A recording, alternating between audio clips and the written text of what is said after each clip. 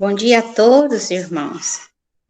Que Jesus, nesta manhã, possa iluminar-nos nesta reflexão, dando para nós maior clareza, para todos nós encarnados e desencarnados.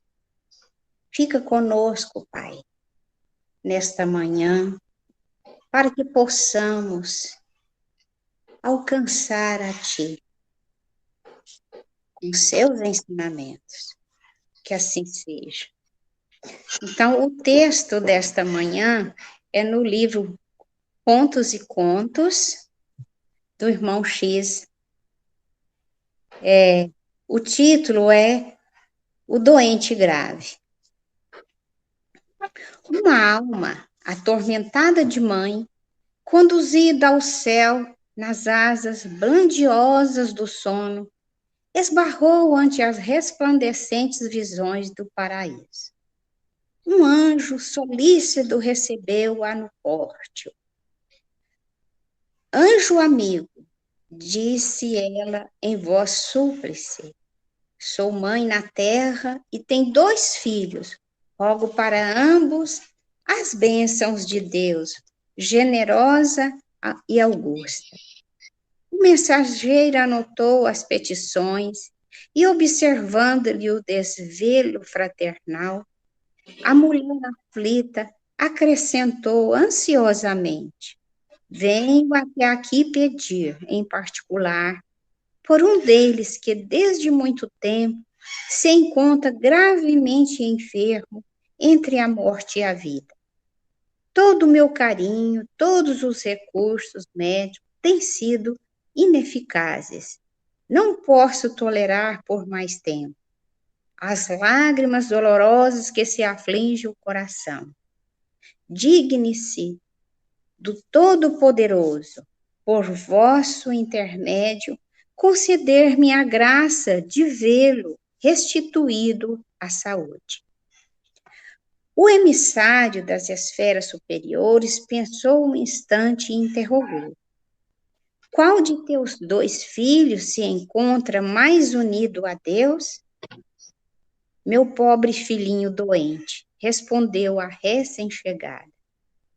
Pois que medida na grandeza do Pai Celeste, pois que medita na grandeza do Pai Celeste dia e noite. É com seu nome que submete aos remédios amargos e esperando no Senhor que vê despontar cada aurora. No sentimento que lhes desintegra as forças, dirige-se ao céu com tamanho fervor que lhes pressente, de maneira inequívoca, a ligação com o Pai amoroso e invisível. E o outro, indagou o mensageiro divino. Esse esclareceu a pedinte, um tanto confundida, qual se lhe fora impossível dissimular. É um homem feliz nos negócios do mundo. Como é favorecido da sorte, parece nem sentir necessidade de procurar socorro da providência divina. Ele continua perguntando: qual deles entende a sublime significação do trabalho? Interpelou o emissário novamente. O enfermo, atirado à imobilidade, guarda profunda compreensão com respeito às virtudes excelsas do espírito de serviço. Refere-se constantemente aos bens do esforço e edifica quantos lhe ouve a palavra, tocada de dolorosas experiências. E o outro, talvez pelo gênero de vida a que se consagra, deixou de ver as belezas da ação própria, dispondo de muitos servidores, descansa nos trabalhos alheios, não conhece o radioso convite da manhã, porque se levanta do leito demasiado tarde. Nos hotéis de luxo e permanece estranho às bênçãos da noite, de vez que o corpo, saciado em mesas opíparas e extravagante, não lhe confere oportunidade de sentir as sugestões santificadoras da natureza. Qual deles recebe um imperativo de confraternização com os homens, nossos irmãos? Tornou o mensageiro, sorrindo, bondoso. O que está preso na enfermidade angustiosa recebe os amigos de qualquer posição social, com indisfarçável reconhecimento. Recorre às expressões de caminho com lágrimas de alegria e a lhe saltarem dos olhos. Emociona-se com a menor gentileza de que é objeto e parece deter, agora, um laço de amor forte e sincero, mesmo para com aqueles que, em outro tempo, lhe foram inimigos ou perseguidores. E o outro, os favores do mundo, comentou nobremente a palavra maternal. Isolam-lhe a personalidade à distância dos júbilos domésticos, em rodas restritas e fantasiosas, ou nas regiões elegantes, onde rolam fortunas iguais a dele. Assediado pelos empenhos do mundo social, cujas ideias se modificam à feição do vento, nunca encontra tempo necessário para sondar os sentimentos efetivos dos companheiros que o céu lhe enviou à senda comum. O anjo, atento, passou a refletir com grande interesse e agiu de novo.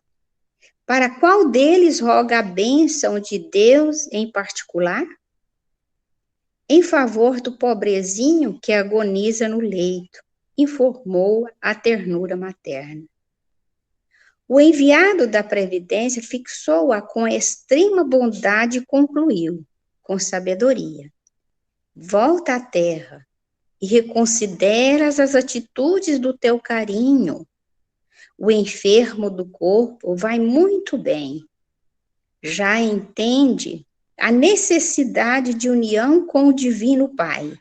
E o que distingue, em verdade, os homens uns dos outros é o grau de suas relações com a vida mais alta. Renova, pois, os votos de tuas preces ardentes, porque o doente grave é o outro. Então, é um texto, assim, pequeno, bem objetivo no nosso entendimento, né? E vamos agora refletirmos nessa história, né, de uma mãe que tem 2 filhos e ela, atormentada, pede saúde física para o filho doente. E ela é conduzida ao céu no mais brando, né, sono.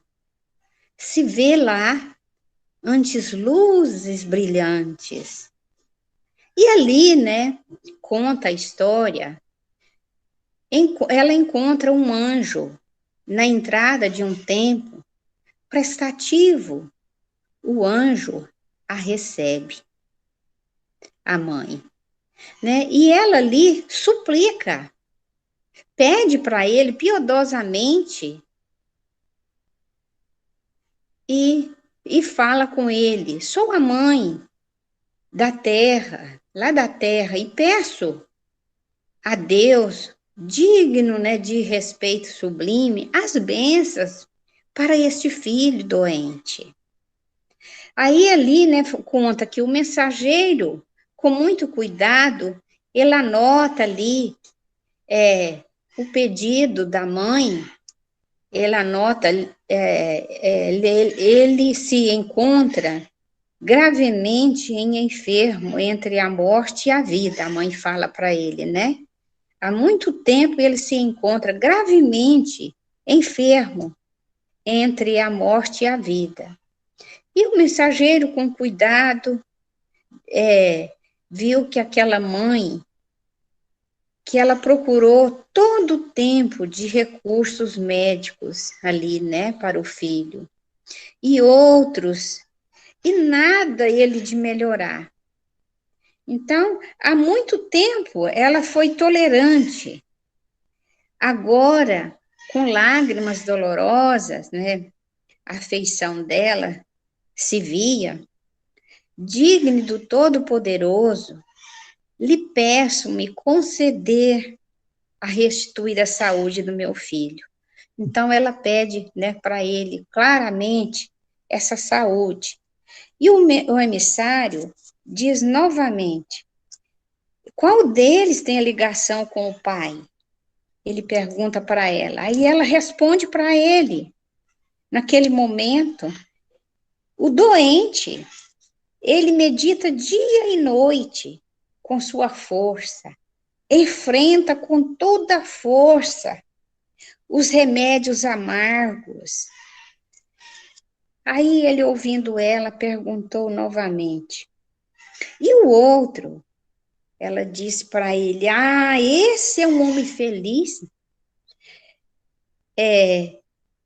feliz em tudo, na sorte, parece nem sentir, né, a necessidade da providência divina. O emissário ali novamente observando, pergunta: qual deles compreende o que significa o trabalho? A mãe responde novamente: o doente.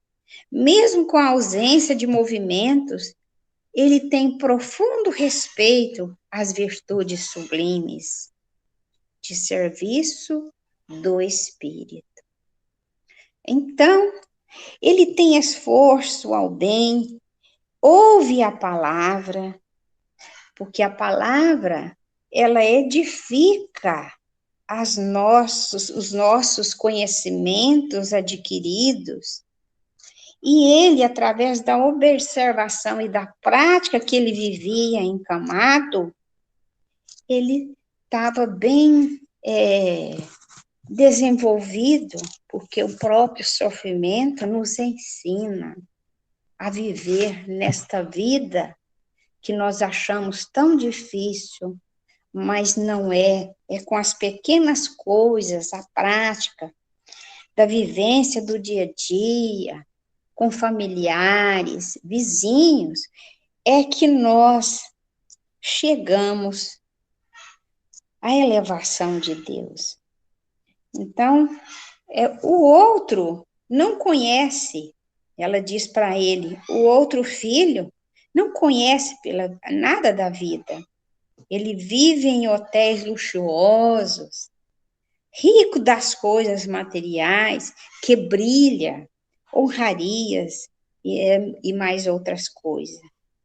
E ele continua questionando e pergunta: qual deles, né? Ele pergunta para a mãe: roga as bênçãos de Deus. Com ternura, diz a mãe novamente: o doente, ela sabia, ela via, ela sentia. O enviado ali disse: volta à terra, considere novamente o teu carinho de mãe e renove, mãe, tuas preces, porque o enfermo do corpo, ele está bem. O outro é que não está bem, o outro é o doente de espírito. Então, ele traz para nós o que a gente vive, uma das vivências que vemos no nosso cotidiano. E assim, é um texto pequeno, né, com muita riqueza, de conhecimentos para nossa melhora do dia a dia. Assim, eu concluí que de que adianta a saúde do corpo, a saúde física, e a gente se perder os valores do corpo físico, que um dia ele morre, né? O que vou levar se Deus me chamasse agora? A saúde do espírito, a compreensão, o respeito, né? O conhecimento, o carinho, sentir nós com uns aos outros, as lágrimas que choram, as expressões vividas dentro da família, da própria casa, a comunidade, os vizinhos. Então, é isso que a gente leva para Deus. Por que tanta dificuldade nas coisas materiais? Então, eu rogo a Deus que essa melhora aconteça para cada um de nós aqui que estamos nesta manhã envolvidos com a mais sublime entendimento que Deus nos enviou, um presente nesta manhã, de refletirmos e colocarmos na nossa prática essa vivência. Então, é aqui no Evangelho, é rico, que completa todas essa explicação desse texto de hoje. Ele nos envolve em 3 capítulos, que é maravilhoso. Eu não sei se há tempo de eu ler um parágrafozinho de cada um, ou Pode se ficar à vontade, dona Neuza. eu coloco para vocês, né, ajudar eu a completar esse entendimento claro, né, que Humberto de Campos oferece para nós. A Então, senhora está com tempo, pode ficar à pode, vontade. né? Obrigada, Carol. No Evangelho, no capítulo 16, não se pode servir a Deus e a Mamon, né? No parágrafo 4, prova da riqueza e da miséria. Fala muito a respeito dessa riqueza que a gente deixa tudo que vamos levar e envolvemos com essa riqueza, né, que são os bens materiais. Então, no capítulo 16,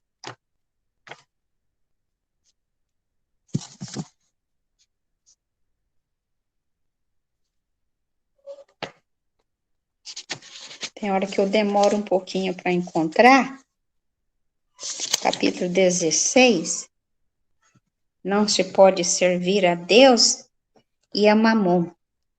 Então, no parágrafo 4,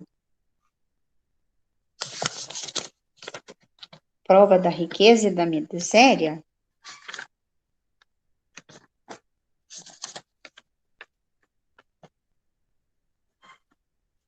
prova da riqueza e da miséria. No item 4, que eu achei assim, que está bem claro, que É pode... item 7, dona Neuza.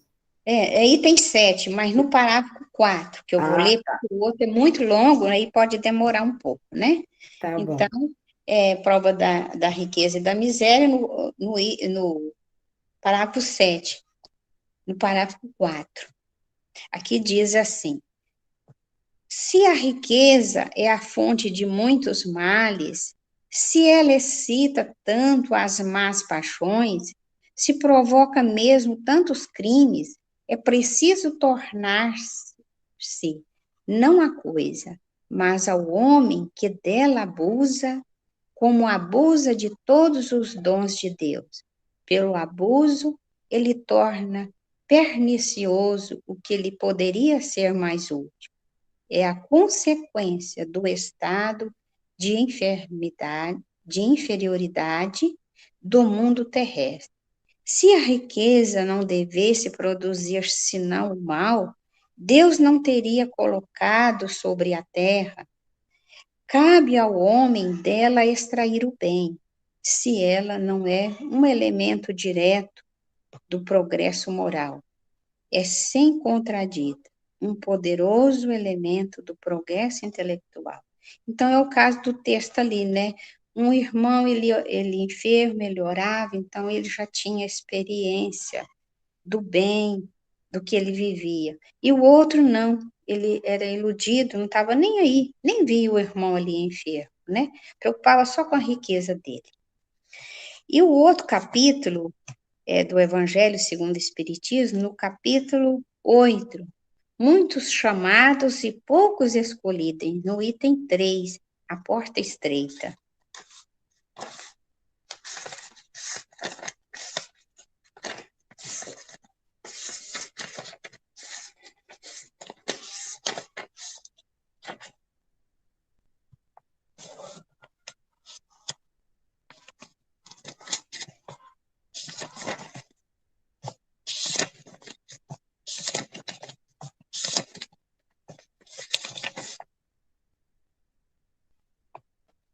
Capítulo.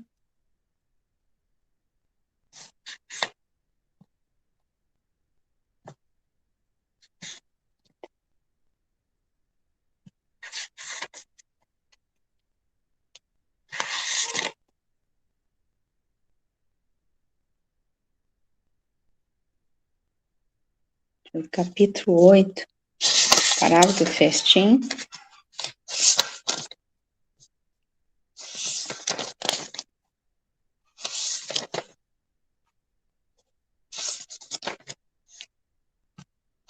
Sei.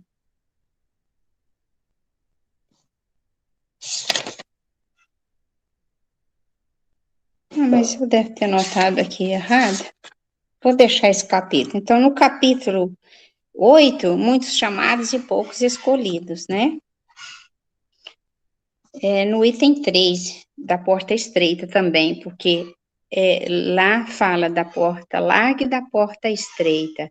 Então, aquele que caminha para Deus nas dificuldades da vida, ele caminha na porta estreita. E a porta larga era do outro filho, que estava perdido nas coisas materiais, né? E o outro no Evangelho, no capítulo 24, ele fala, não coloqueis a candeia sobre o alqueire. No item 11, fala, os sãos não têm necessidade de médico. Capítulo 24, vamos ver se agora eu consigo encontrar isso, né?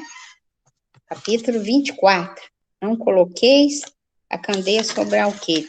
No item 11, né, ele no parágrafo 11, ele fala um pouquinho a respeito, né, os sãos não precisam de médico.